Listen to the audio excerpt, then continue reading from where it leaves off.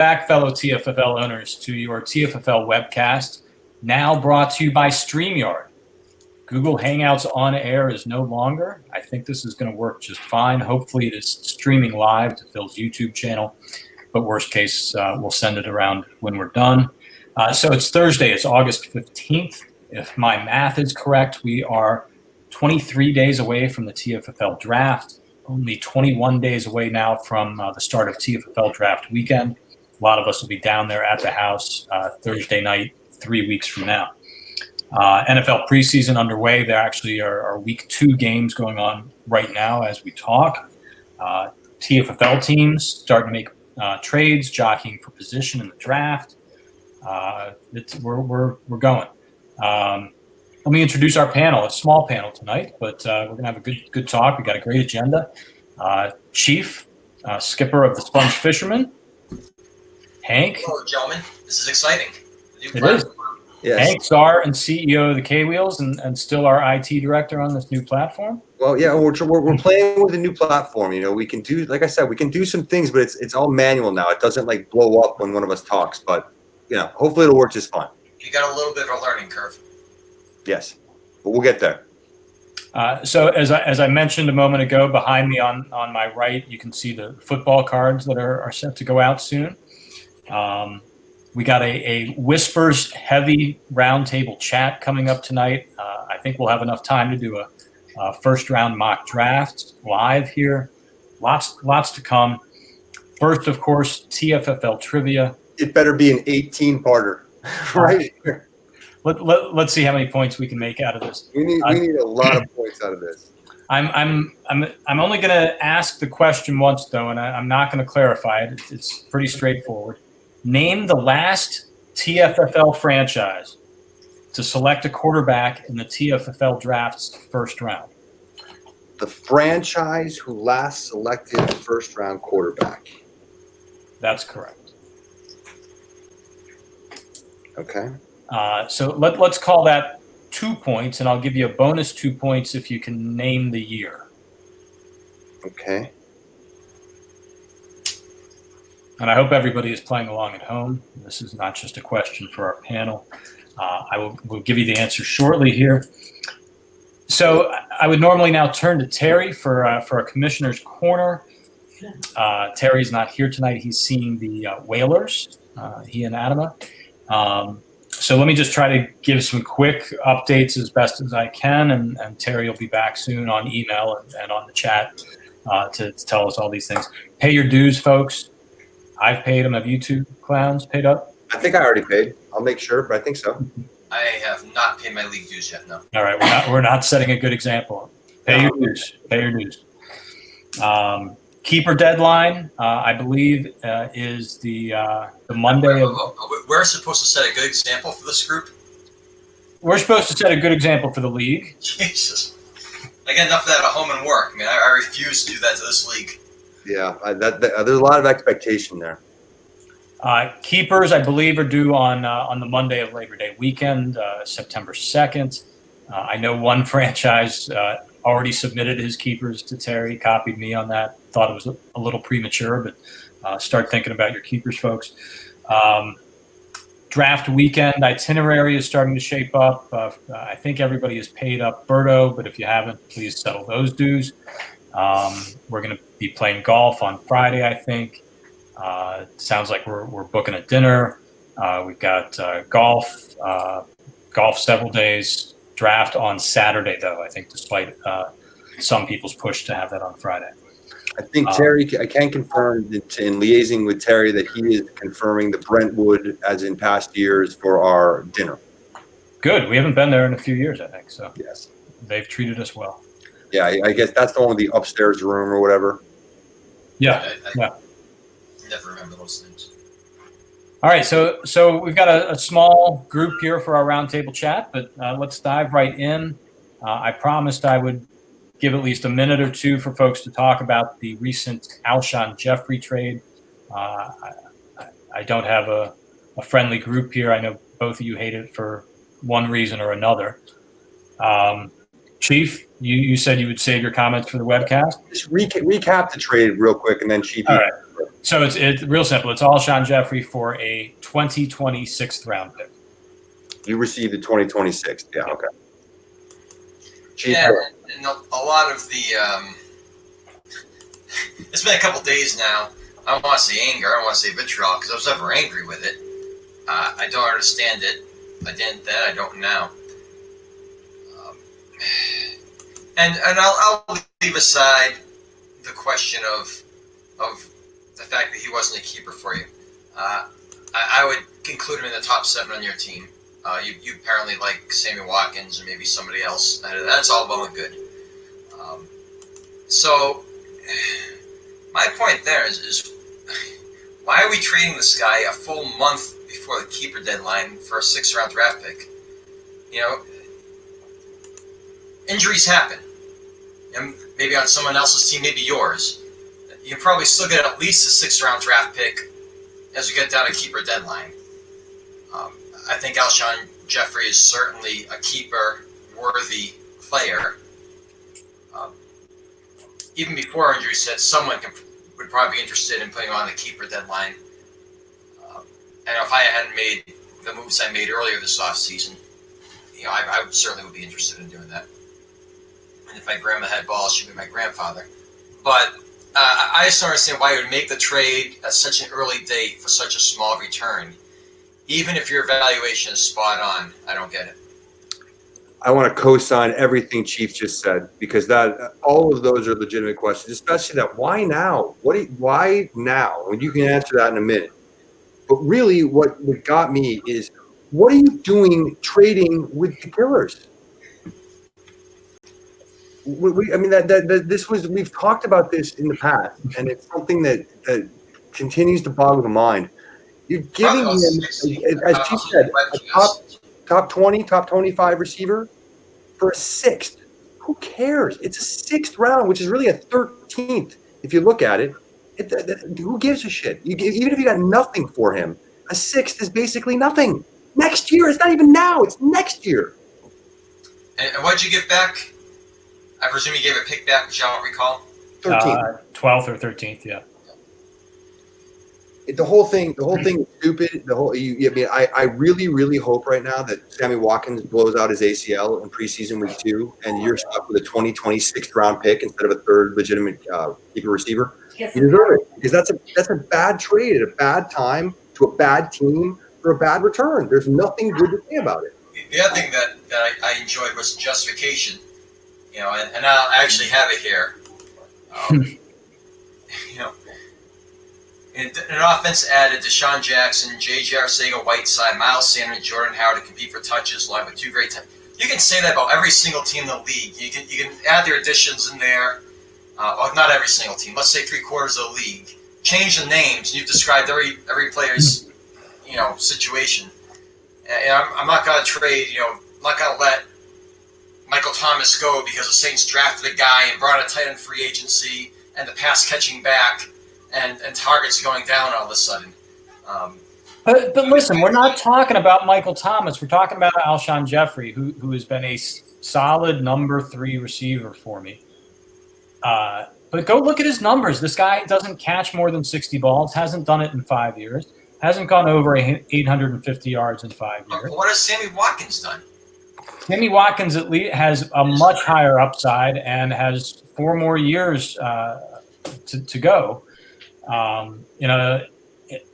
I shouldn't say a much better offense because that's part of my point is that the Eagles have a very good offense with a lot of weapons. There are actually fewer weapons there in Kansas City. The first argument we have to all, I think, agree on is I was not going to keep 3 receivers. Absolutely not. I don't have a 1st round pick and a 3rd round pick. Right. I had to keep 4 running backs. Running back, right. So then it becomes Watkins versus Jeffrey. We can have that argument, but I think that's a fair argument for either side to settle on. So then it's a question of why now. And I may not have a great answer to that other than I had decided I wasn't going to keep him. I still, if heaven forbid I suffer another injury, Lamar Jackson maybe becomes a viable keeper. But here, the bigger picture issue I want to bring up is look at the keeper lists. I think we actually have fairly settled keeper lists. There are not people looking to fill slots as there have been in years past. There An will injury or two may change that, but I think this is actually a compliment. Chief brought it up. He made trades earlier in the offseason. There's been juggling already. I think keeper lists are fairly settled. There was one spot that I knew somebody was trying to upgrade, and I'll take that 6th round pick instead of somebody else getting it. I was not going to keep Jeffrey. I'll take it.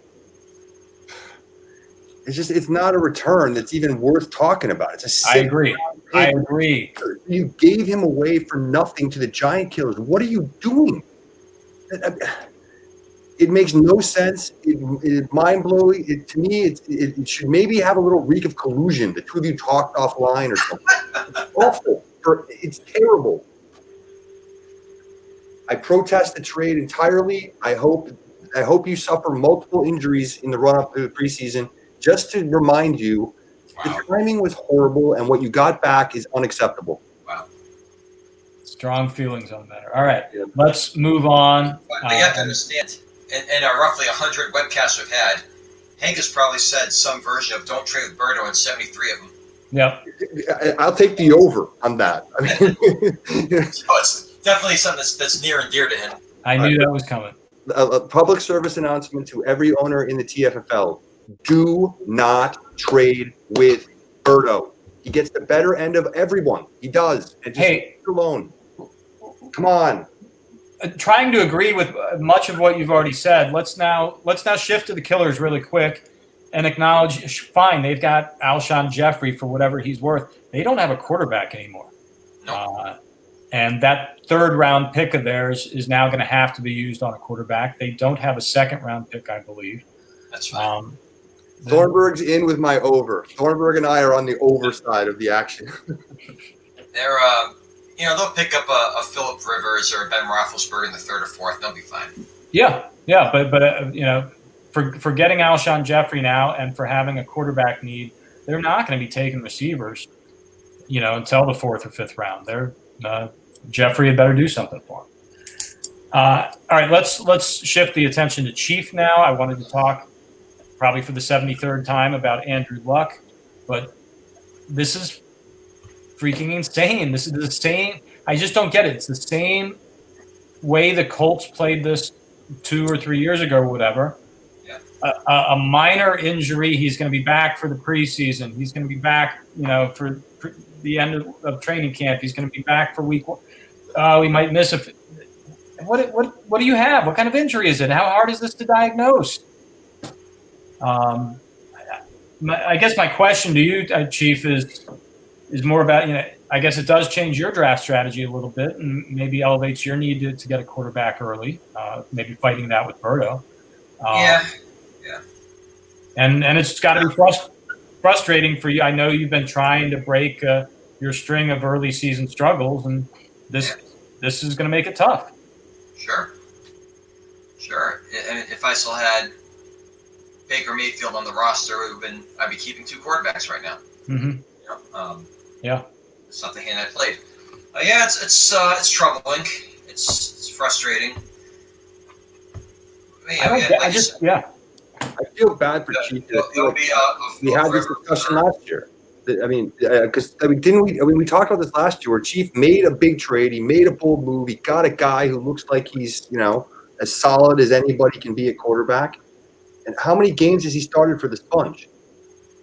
Well, he had a great year last year. 3 full seasons out of 4. This would be the 5th.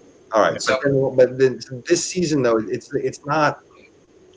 I mean, who knows? Who knows what you're going to get?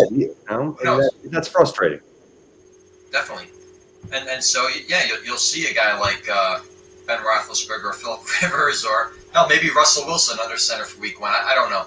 Mm-hmm. But, it's kind of got to take one early just because he seems to be getting a little fragile. So now maybe round and a half earlier. So not ideal, but what are you going to do? No, there's no knock on the Sponge Fisherman here. This is how hard is it to diagnose an injury? Oh my God! At the same time, and this isn't meant to be a personal swipe. I'd rather have Andrew Luck on my team right now than Melvin Gordon. because that situation is. And we talked about 2 weeks ago, so no need to go into it again, or you didn't anyway.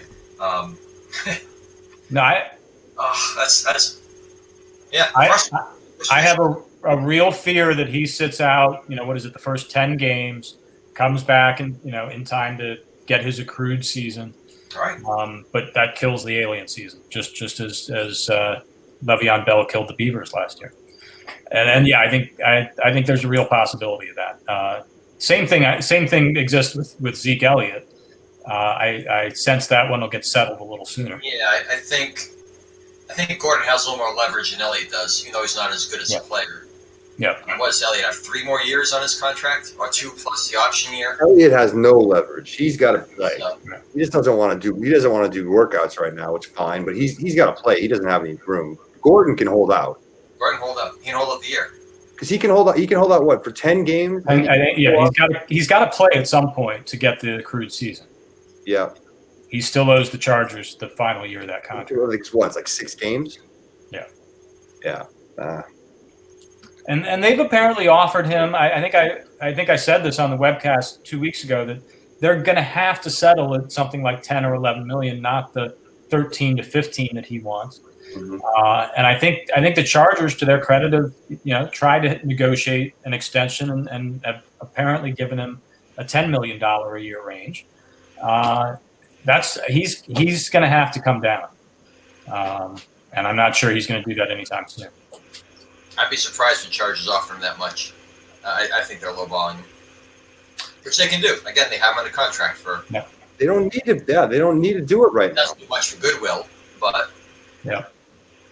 All right. Hey, before we get into the rest of our roundtable chat, I'm going to break in with an unusual timing here for our trivia answer. It's a triangle table. Oh no, I don't even have an answer yet. You don't have an answer. Do you remember the question? Yeah, I got the question written down. The franchise that last picked the QB in the first round. I've been thinking about it. Because we're going to get to the answer in our discussion here. All right, hang on a second. Then all right. For the record, I have a piece of paper with a cross out on it. I'll tell you right now, it's already been crossed out. I don't know. I really don't know. All right, I got it. I'm saying it's Jared Goff, Fats, 2010-ish. I'm going to go with Bob Griffin. Mongols. Chief has got it. The year is wrong. It's 2012. I almost put that too. Jesus. Nice, Chief.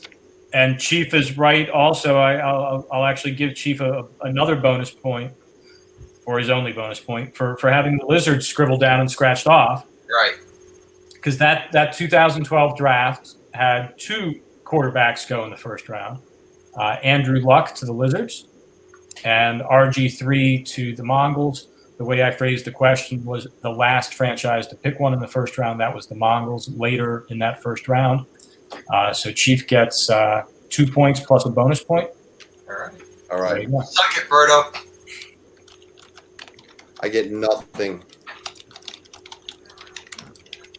All right, so I promised a whispers-heavy roundtable chat. The inside the TFFL staff has been doing a lot of reporting around the league the last few days. I have got a lot of good whispers, a lot of significant whispers as you plot your draft strategy. Let me shout out some of these whispers. You guys can react to them. I think the one that jumped out at me the most, the prevailing whisper, Kyler Murray really shaping up as a focal point of our 2019 TFFL draft, and thus the trivia question this week. I will remind you, as we just discovered, no quarterback has gone in our first round since 2012. Only 4 quarterbacks have gone in the second round in the last 4 years. None of them have been rookies. I'm telling you, Kyler Murray will be gone by the middle of the second round, if not much sooner. No fewer than 4 TFFL teams have interest in him. Really? Not He plays surprised. for Arizona, right? Not surprised. He plays for Arizona, and in fact, I reached out to a scout for the Cardinals this week who told me he was still not sold on neither Murray nor the Cliff Kingsbury offense. Wait a second. Cardinal Bob is having questions? Cardinal Bob is still very much in doubt about Kyler Murray. That should tell you a lot. If he is not on board, because as a fan of a team, you're willing to buy in pretty easily to like, okay, we got new energy, new guy, let's go. If he's, I think it's more of an indictment of Cliff Kingsbury. I can't take that guy seriously. he's got Now, as those of us in the draft community like to remind you, this is what we call the silly season, and you never can trust some of these reports you're getting. So maybe Bob is putting up a smokescreen on this. But let me give you Bob's quote. Kyler Murray might put up some numbers, at least until he scrambles and gets killed by a speeding truck. Then he'll remind you of RG3. another Mongols quarterback, as we know. Yeah. So he's not high on Kyler Murray, at least. Where did the Mongols pick in the first round? They are at number 6. Yeah, They're at number 6 in the first round. That's early. But I don't think he's going to be. He might be around the turn. I think probably early. It's probably around the 11 to 16 area. It wouldn't shock me to see him go. Okay. And without regard to what teams are in drafting there, I don't even recall. So listen, the other player that I keep hearing a lot about, and perhaps more than 4 teams have interest in this guy, moving up draft boards, is Miles Sanders, rookie running back on the Eagles out of Penn State. I talked to one owner this week, not named Bill Thornburg, not named Greg Shively, but one owner who has Miles Sanders number 1 on his draft board. I suspect he's not the only one. That leads me, I've got several connected whispers here. The number 1 pick is up for sale. The Beavers, I've confirmed with multiple sources, including the Beavers themselves, are engaged in trade talks for the number 1 overall pick. I have a source telling me the Beavers are stressed, unsure of themselves in that spot, and may be willing to trade down. Really? They're afraid of pulling a Michael Bennett, I guess. I was going to bring that up. It's stressful. Dude, I have to own that. I can do nothing but own that. It's the worst pick ever in draft history, and I have to wear it. So if you're the giant killer saying at number 3, you just wait to see what comes to you. I'm at 4. I was talking about it too. It's like, I've been looking at it and trying to figure out who the top guys are, and there's a pool of them. We'll see. We still got a couple weeks of preseason, but depending on who falls. At one point, I was thinking Miles Sanders might fall to 4. But no, he's not going to fall that far. No. And I don't know where the Beavers have their running backs ranked. I told you guys last time that he had Josh Jacobs number 1 at 70%. Miles Sanders, could very well be number 1 for the Beavers come draft day, and they may want to try to trade down and get him a spot or 2 lower if somebody wants to take Josh Jacobs number 1. So I think there's going to be a lot of talk about that number 1 pick.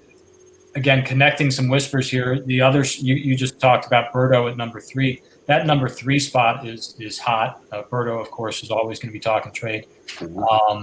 But I think people are seeing those 3 top rookie running backs: Jacobs, Sanders, Montgomery, and there are lots of people trying to get up to number 3. I think to get into that group. Chief, you're at number 2, correct? Correct. What are you thinking there? About what? Who would you like to see there? I know who I'm taking at number 2. And I've had people trying to trade down and people trying to trade up into that spot. I'm not budging. Mm-hmm. Okay. Yeah, I think there are 2 really good, clear number 1 running backs in this draft, in Jacobs and Montgomery. And then you look at, Sanders, Darrell Henderson, Singletary, a bunch of other guys that are, going to get a shot at least early. They're going to produce, those guys. Yeah. Singletary and Henderson. I mean, it's just, it might be 2 years, and then you have the next. Well, Henderson's interesting because of Gurley. But yeah. I mean, how hurt is Gurley? If Gurley's really hurt, Henderson's very interesting. Henderson, I think, has a lot of talent, and I think he's an asset that you invest in, even if he's not going to play a lot right away. Mm-hmm. If he gets a chance, I think he'll produce. Yeah. Well, we shall see. So anyway, yeah, I'm finding there's lots of varying opinions on all these running backs. Lots of people interested in trading up and down. I think we will see some shuffling. I think we may see some surprises on draft day. This is going to be interesting here. I should mention I talked to one owner who wanted to move up in the first round and was struggling to get anybody's attention because he doesn't have a second round pick. So I think you're going to have some ammunition to move up because there's a lot of folks who want to do it. Another big whisper I heard this week. I'm going to go public with this because the owner acknowledged he's going back and forth. But the Amsterdam Packers may very well let Russell Wilson go for the first time, and I should have looked this up. I'm going to say probably 6 years. This has been in the league. Yeah, I think every year. The choice there is Matt Ryan or Russell Wilson. Ralph says he's leaning toward Matt Ryan right now, and I there's a lot of reasons that makes sense. But he acknowledged he'll go back and forth on this, I'm sure, and probably has some loyalty to Wilson. We'll see. But at the moment, I've got Matt Ryan plugged in as the projected keeper there. I don't think Ralph lets Wilson go. We'll see. He's very attached to him. Okay. The fish connotations and everything. Wilson's his guy. I think it's Ryan. I don't think it's particularly close. Ryan might be the better quarterback right now. Who knows? Well, Wilson might be the better NFL quarterback. I think fantasy-wise, I don't think you can even question that Ryan's a superior guy. Numbers of that offense. He's – I mean, you realize the NFL's changed. It's a passing league. Mm-hmm. Matt Ryan, how long he's been in the year now? He's 8 years, 9 years? Yeah, wild. His career stats, they're like Peyton Manning territory. They're ridiculously his counting stats. I would say more like he's getting numbers up like Marino, who had it's unbelievable. Yeah, it's good. You have to don't make the playoffs very often, but whatever. But fantasy wise, I don't know how you would throw Matt Ryan back in right now. Right. Ralph, if you want to trade Ryan, give me a call. I'd be more than happy to take him. I think I think Ralph would probably be very interested in trading Matt Ryan because he'll be happy to keep Russell Wilson. Mm-hmm. All right, what else do I? Let me go through a few more whispers that I've collected here. I have one owner telling me that the Senators, very nervous, don't like the fact that the Hormel Hams just made this trade to jump up in round 2 ahead of the Senators. Mm-hmm. Remember, the Senators don't have a first-round pick, if I'm correct. So they got a lot of people drafting ahead of them, and their division rivals, the Hams, now just jumping up. We know this, a whisper that I think I've confirmed myself, that Terry has probably acknowledged himself on this webcast. The Steel City Mongols apparently tied up in knots, according to my source, on whether to keep Drew Brees or Jimmy Garoppolo at quarterback. The news out of training camp on Garoppolo this week has not been good. Who would you guys keep? It's tough. Trade for Matt Ryan. Yeah, no. Honestly, I keep Brees. I keep Brees. Garoppolo had his magic 6-week run a couple of years ago. As far as the world of foot, that may as well have been last decade. He threw interceptions on 5 consecutive passes 2 days ago at practice. And I think he's a good player. He's definitely keeper worthy.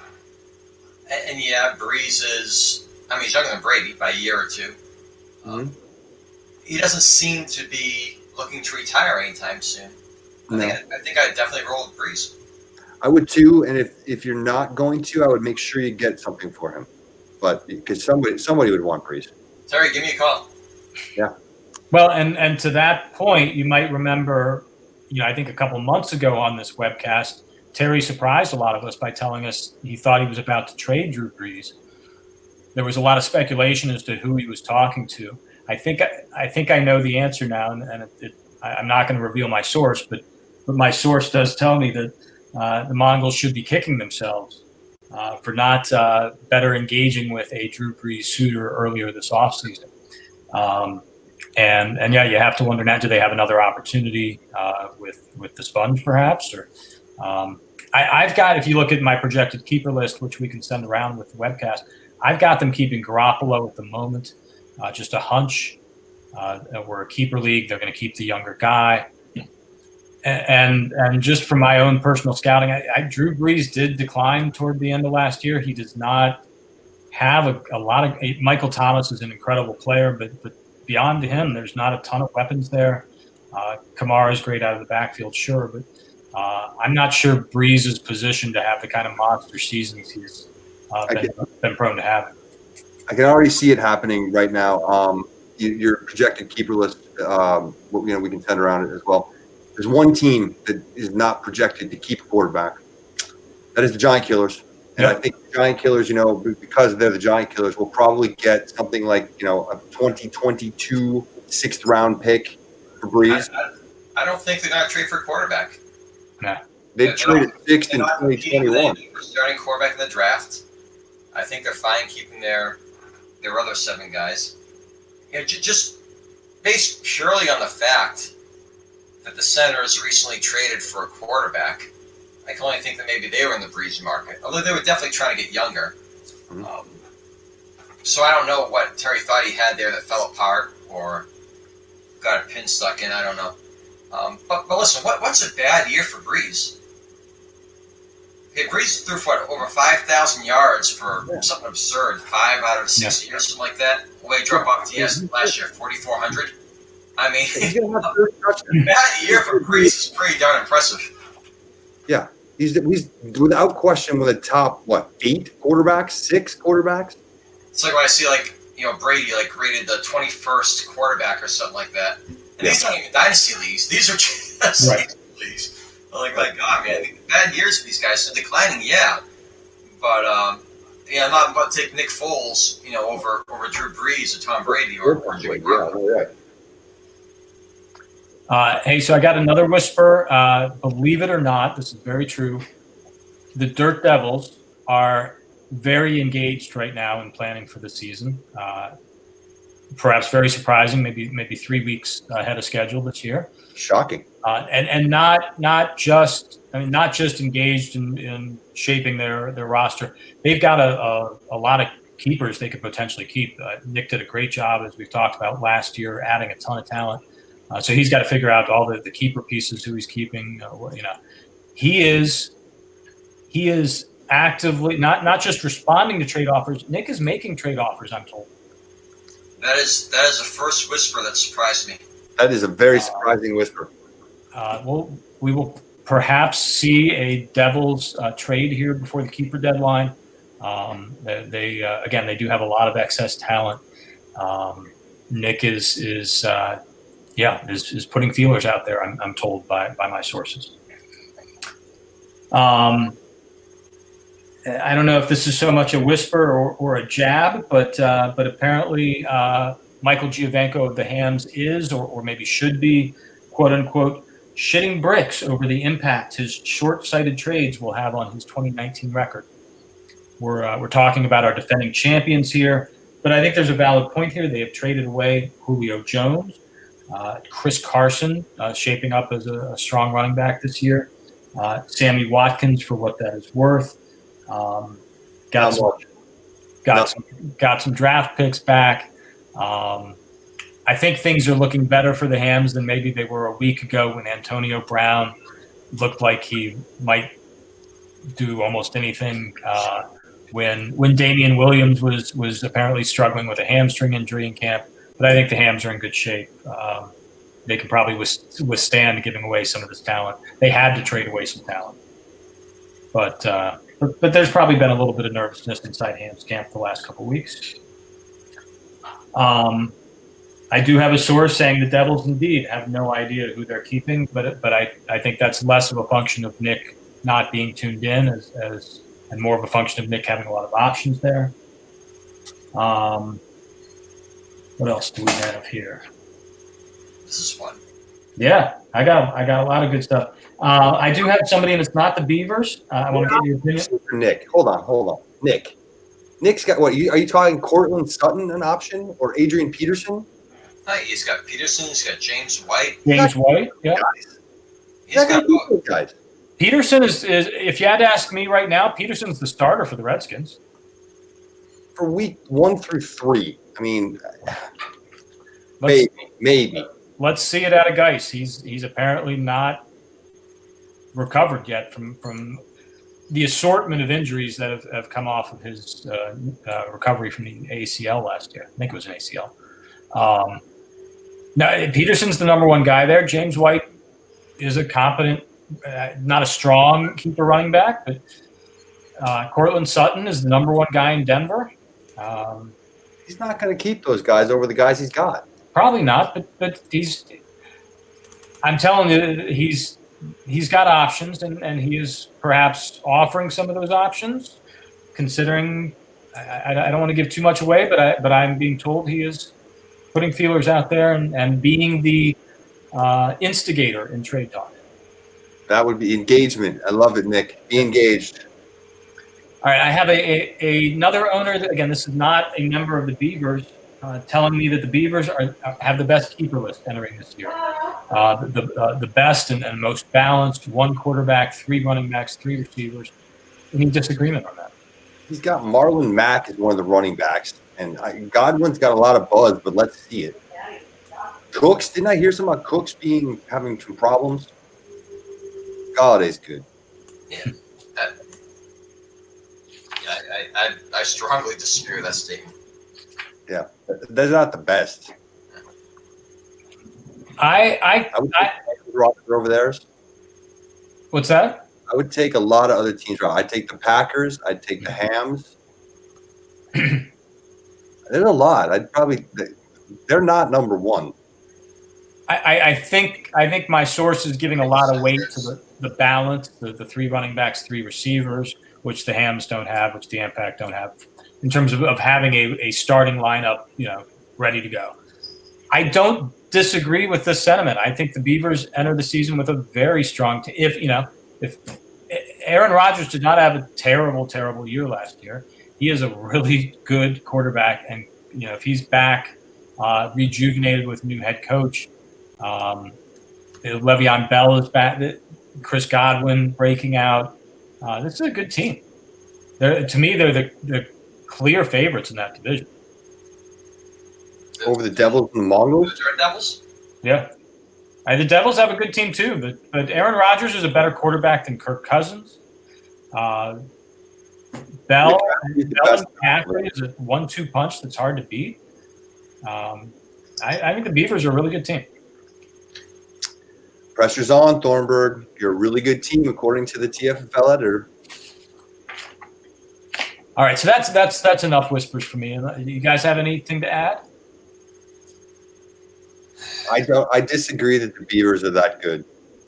No, it's not as absurd statement as I thought initially. I have to look at the rosters. It's nice. But I agree. I think the 2 Juvenkos are better. I think the Devils are better. I think that who else? I had another team there. I forgot. The Senators are clearly better, I think. Yeah. All right. Hey, we're going to try to do a mock draft. I think we're going to be able to squeeze it in without going too long here. But before we do that, we have to have a sort of set keeper list that we're working from. I have distributed my projected keeper lists. We'll work from that for the mock draft. But before we get to the mock draft, let's at least have a discussion about the keepers I'm projecting. There's presumably a couple disagreements here and there. Tell me what you guys are seeing that may transpire differently than I'm forecasting. Well, Chief, we talked a little bit about one of the of Garoppolo over Breeze already in the Mongols, and whether that's I think he keeps Breeze. That was my biggest one that I had. The Sponge, talk about I don't know what the story is with Jay Ajayi. Is he not going to be keepable? Not on a team, no. No.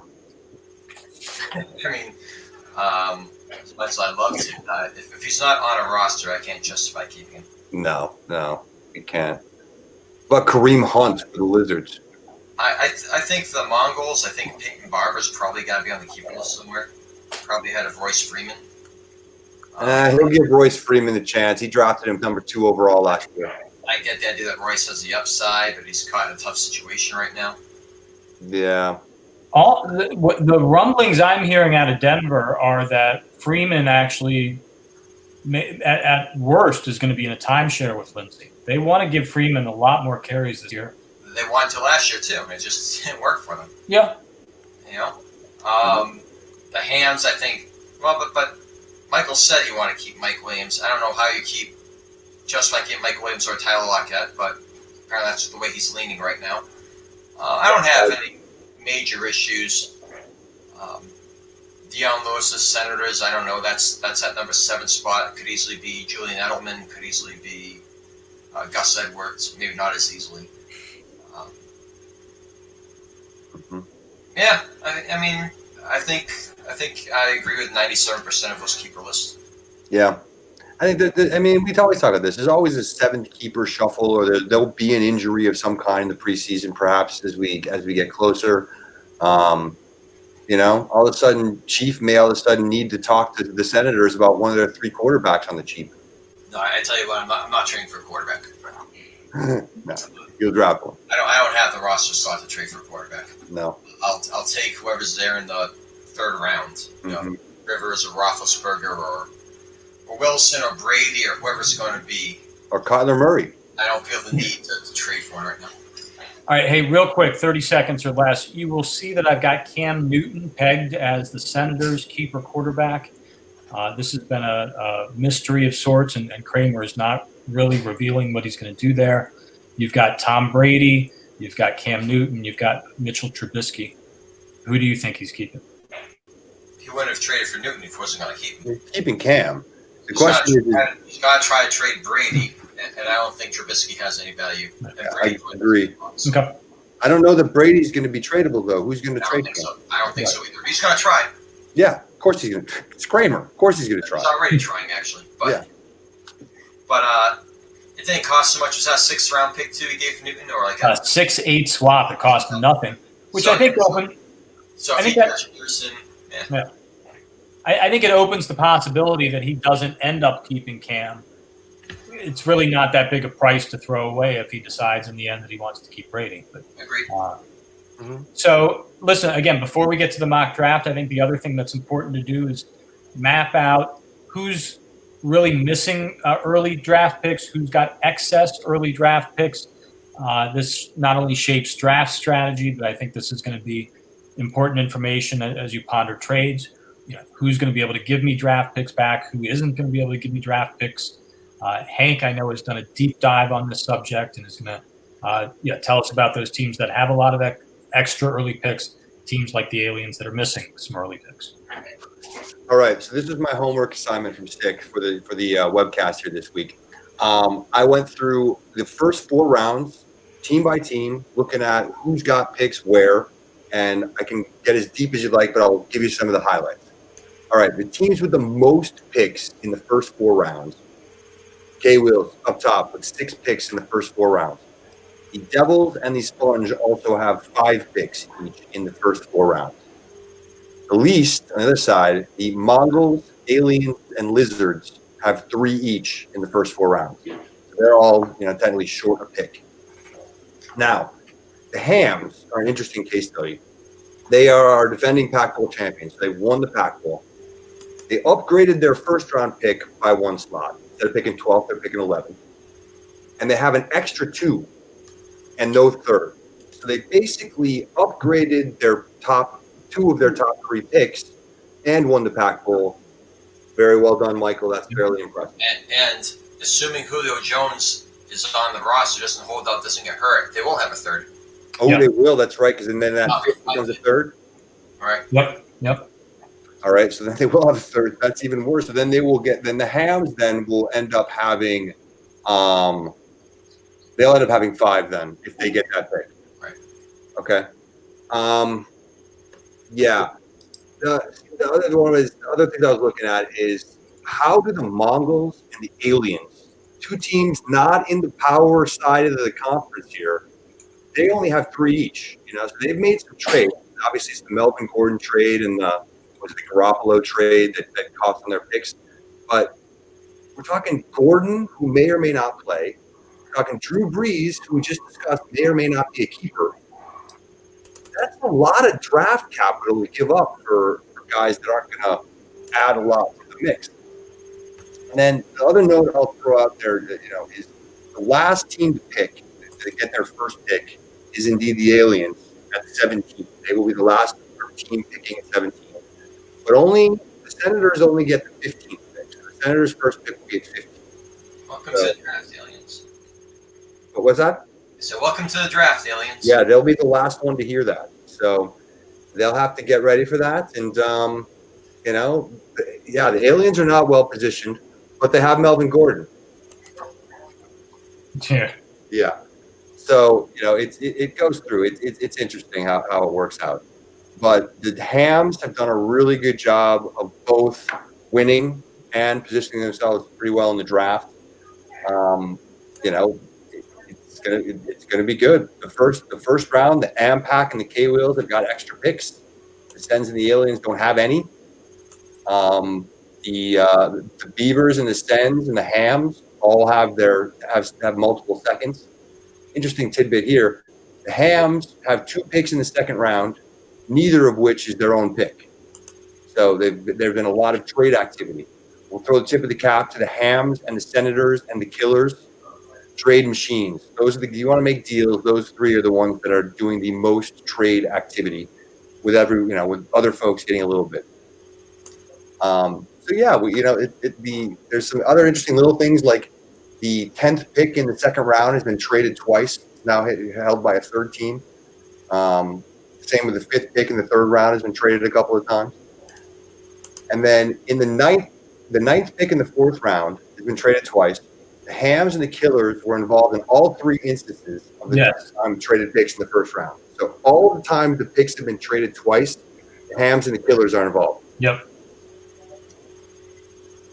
So there's your draft overview. I mean, Fields get 6, the Devils and the Sponge get 5.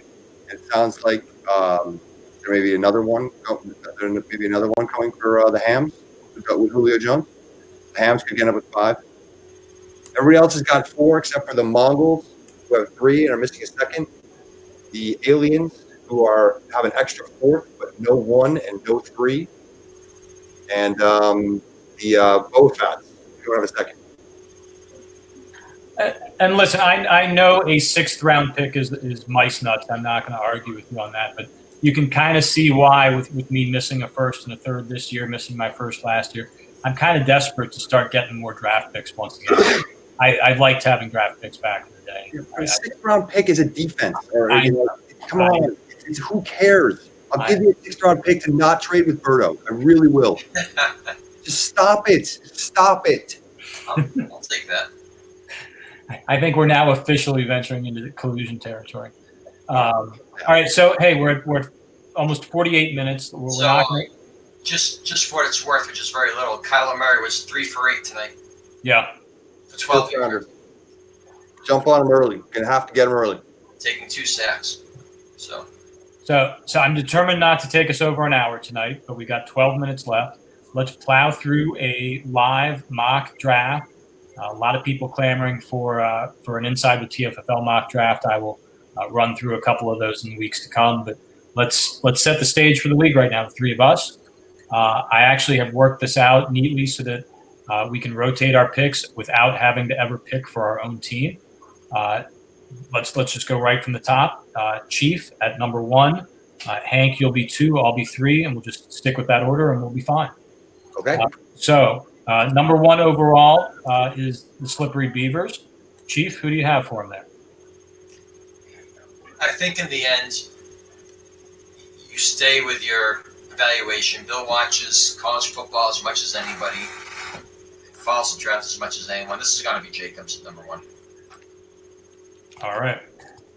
Hank at number 2, drafting for the Sponge Fishermen.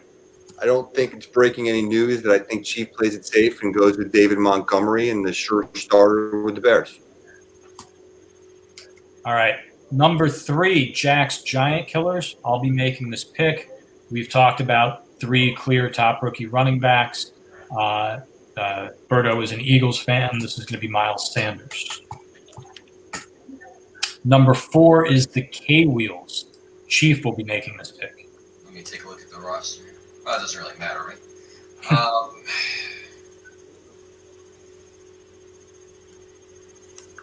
I'm gonna go.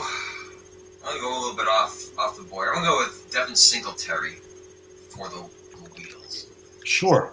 Seems like he's gonna be entrenched as a starter by week 5. I mean, I don't think McCoy or Gore is gonna be around very long. Possibly by week 1. I'm impressed with Frank Gore. He's 42 years old. I mean, we all should be rooting for Frank Gore. Yeah, I know. Hey, so let me interrupt our mock draft here real quick for a whisper of sorts, or just a little quick applause. Hank, I know, is giddy, and I think deservedly so, about his rebuilt young running back core. He'll be able to rattle off the exact ages of all these guys, but obviously Saquon Barkley at the top, your number 1 overall running back. Derrick Henry has big potential to bust out this year after his strong finish to 2018. 2 other guys, Kalen Ballage, all of a sudden looking like the number 1 running back in Miami, a big, fast guy who could be a fantasy stud. Ronald Jones, a 4th keeper running back. There may be mixed opinions about Jones's skills, but he is going to get some opportunity to be the number 1 guy in Tampa. Hank, how old are all these guys? These guys are all under 23 years old, except for Henry. Henry's the only one. He's 25. And young. And Jones last year was not even 22 years old. He put on apparently a bunch of weight in the offseason and looks sharp. He's playing behind Peyton Barber, who's good, got it. He's a good player, and I think will do a nice job spelling Ronald Jones when he needs a breather. The goal, at least the way I look at it in the draft and early positioning, is get guys who have the chance to be really good, and these guys are going to get the opportunity. So, and according to Chief, you're going to add another young guy in Devin Singletary to that. That's right. All right, so back to our live mock draft. Number 5 is the Amsterdam Packers via the Aliens in the Melvin Gordon trade. Hank, make this pick for Ralph. Well, I think Ralph here is still gonna also look running back, and I think here he's gonna probably take Darrell Henderson because of his early opportunity. All right. Number 6 is the Steel City Mongols. I'll be making this pick. It's tempting, I think, to put Kyler Murray here. I forecasted long ago that Kyler Murray would be the pick here. I'm going to take Bobby at his word. I'm also going to tell you guys what I've told Bobby and Terry recently, which is I don't think they can really afford to spend another big asset on a quarterback here. They've spent a lot recently on Garoppolo, on Breeze. They have to keep investing in running back. Damian Harris will be the pick here. Number 7 is the Dirt Devils. Chief, you're on the clock. Yeah, and I'm just looking through. I'm trying to keep straight which veterans might be available. Nick's always a veterans guy. That's not a surprise. If Melvin Gordon or Zeke Elliott start missing regular season games, that brings guys like Eckler, that brings guys like Tony Pollard into play here. I don't. So it's kind of hard to play that right now. So I don't know. Who you got ranked as a veteran wide receiver? Yeah, Edelman being kept. Well, like we talked about Tyler Lockett earlier. Yeah, let's do that. Let's go with Nick's favorite veteran wide receiver, and sure, let's say it's gonna be Tyler Lockett. Okay. Okay, that brings up the Amsterdam Packers with their own pick, and conveniently, Hank is going to make this pick again after drafting Darrell Henderson for the Packers. Henderson in the first to do that, and then I don't know. I think here he's going to maybe try and take a big receiver, and I'm going to guess it's going to just a flyer. He's going to take N'Keal Harry from New England. I will give you a bonus whisper in this Whispers Heavy webcast. I have talked to the AMPAC, and indeed, I think they recognize they have to go rookie running back at number 5. Ralph has told me if that's indeed the case, he will take a receiver at number 8. So you made the right call there. Mm-hmm. All right, number 9 is Gordon is still on board. what's that? Josh Gordon is still on the board for the year. Yes. That's Hey. Fitzgerald. So I think Gerald is available. there are always good odds that the Impact will end up with Josh Gordon. I just don't think he's going to do it in the first round here. So number 9 is the Lizards. I'll be making this pick for the Lizards. This is a team that I think almost has to go running back here. They've got Kerryon Johnson, Jordan Howard, and I guess Kareem Hunt is the number 3 guy I'm projecting, who won't be playing for 8 weeks. So I think he's got to go running back and probably got to go with somebody who he's going to be able to play. Being up in the New England area, how about we give him James White here? Okay. I can see that. Feels a little bit early, but as we all know, the running backs thin out very quickly. Mm-hmm. You could do something like take Austin Eckler or somebody like that too, if you're confident he's going to be the guy taking over for Gordon. Mm-hmm. Peyton Barber still out there as an option. There are a couple other young options too, but I think he's got to get somebody who can start week 1 and start for the first half of the year. Yeah, James White's more fun. James White, you can always plug in there as your number 3 running back. Mm-hmm. Boba Fett's at number 10 overall. I will remind you, in case I had kind of forgotten this, as I'm prone to forget things. The Boba Fett's went undefeated in 2018. 12-0-1. First franchise ever to do that in the TFFL. But here they are drafting at number 10 overall. They did not win the Pac Bowl. Chief, you're drafting for the Fats at number 10. yeah, and here the obvious area of concern is Todd Gurley. And I was going to take Austin Eckler, and then Hank just reminded me that Peyton Barber is still available. And in this scenario, I think Peyton Barber made too much sense for the Boba Fett's to ignore. That's probably a pretty good early season. You can start Peyton Barber, and hopefully Gurley's back by the time Ronald Jones takes over. All right, number 11, Hormel Hams via the Killers, via the Senators. Hams with a first-round pick, just not their own at number 12. They move up 1 to number 11. Mm-hmm. Hank, you are making this pick for the defending champions. Yeah, and again, I think he's going to go receiver here too because he's got 4 running backs on his projected keeper list, and he's also dealing with, well, I guess Antonio Brown's situation is now fairly well resolved, right? I mean, he's going to play, and there's no more helmet gate. We'll see how long it takes to heal from frostbite. Yeah, but don't look good. He's going to need some help at receiver. I mean, I always go for the young. I always look at the younger guys as having more opportunity, for that. But I'm gonna give him Cortland Sutton. Okay. All right, as just a wide receiver who, and maybe it's Tyler Boyd, maybe it's Anthony Miller, maybe it's one of the rookies, but you're talking about the right names, and I think if Tyler Lockett had fallen, yeah, he'd take him, sure. The Hams would reclaim him. Tyler Boyd is another Ham that he's not going to be able to protect. He could very easily reclaim Tyler Boyd in that spot as well. But Cortland Sutton's right in that mix. Yeah, and I would prefer Cortland Sutton. Yep, so I'll take him for whatever that's worth, Michael. But you can go ahead and take Tyler Boyd. So Cortland Sutton to the Hams at number 11. Number 12 is the K-Wheels via the Hams. I'll be making this pick for the K-Wheels. Let's remind ourselves that the K-Wheels took Devin Singletary at number 4 overall. The K-Wheels will probably be looking receiver here, but I think they'll also be tempted to keep stocking up on rookie running backs because Hank comes back with a pick just 4 picks later in the second round. I'm going to give him Alexander Madison here, rookie running back for the Minnesota Vikings. Interesting. Perhaps a little bit of a surprise, but again, another whisper. Madison's name has come up with a couple other owners questioning whether he creeps into the first round or not. And our answer, at least tonight, is yes, he's in here at number 12. Mm-hmm. I would like to keep going selfishly.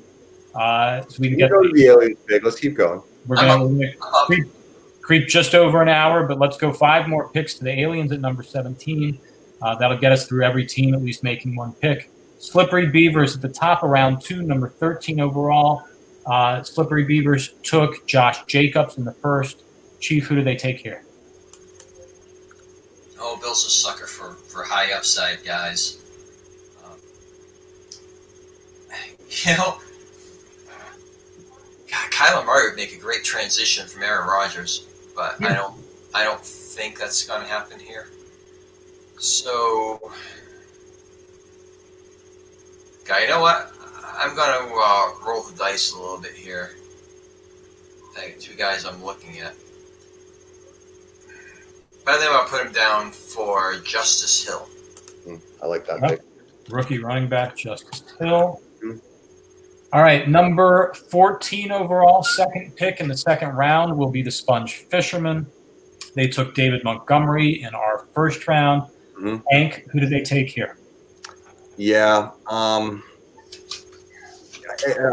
hate to keep beating the same drum, but he's gonna take Darwin Thompson from Kansas City, who's gonna get another opportunity early, and he's playing in Kansas City. You know, so I think Darwin Thompson is this guy. All right, so we're seeing a run on, let's call them the second-tier rookie running backs here. Now at number 15 overall, third pick in the second round, the Senators. Welcome to the draft. Welcome to the draft, Senators. I'll be making this pick for them. The Senators have a good, strong keeper lineup. Their third running back at the moment is projected to be Dion Lewis. They're probably going to be looking running back here. Probably looking for somebody who's going to play more so than a high upside rookie. And for that reason, I'm actually going to turn to the tight ends. I've got Hunter Henry going to the Senators at this spot. That's not out of the question. No. A little bit of a curveball, but sounds like that's not a bad pitch. Chief now drafting for the K-Wheels, number 16 overall, fourth pick in the second round. K-Wheels already with 2 rookie running backs in Devin Singletary and Alexander Madison. Yeah, they need to go wide receiver here. So let's, I think Hank is going to swing for the fences. I don't love the guy, but let's give him DK Metcalf here. 3 high upside rookies. That sounds very much like a pick I would make. All right, that brings us to the last pick in our live mock draft, the Aliens. Welcome to the draft, Aliens. 5th pick here in the second round, 17th overall. Hank will be making this pick for the Aliens. Well, Aliens, you're going to need a lot of help, especially with Melvin Gordon down. But you also, have got wide receiver issues in that you got Cooper and Watkins. We're both going to be, both fine. I have issues. We only have 2. Right. Is there anybody wonderful that we haven't taken? I mean, I think we've kind of run through the really high upside rookie running backs. There's a couple more. Can you ignore Austin Eckler right now? Yeah, that's where I'm getting to. Is you're looking at who's there? Is Stick already has who? You have Ertz, right, as your tight end? No, I do not have a tight end. Or you do not. So you could maybe take like Njoku or something like that if you wanted to have that kind of player. Yeah, but just, I don't know. I'm going to go ahead and give Stick Jerick McKinnon.